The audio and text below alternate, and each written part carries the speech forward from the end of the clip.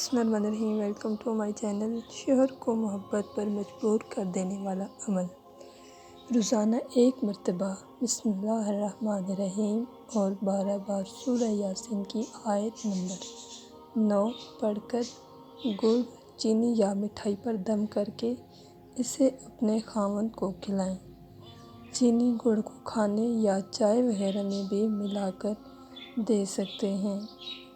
خاوند کے دل میں بیوی کی محبت گھر کر جائے گی اور وہ اپنی بیوی کے علاوہ دوسری کسی بھی عورت کا نام نہیں لے گا۔ خاوند کے دل میں اپنی محبت بڑھانے کے لیے یہ عمل بھی کر سکتے ہیں۔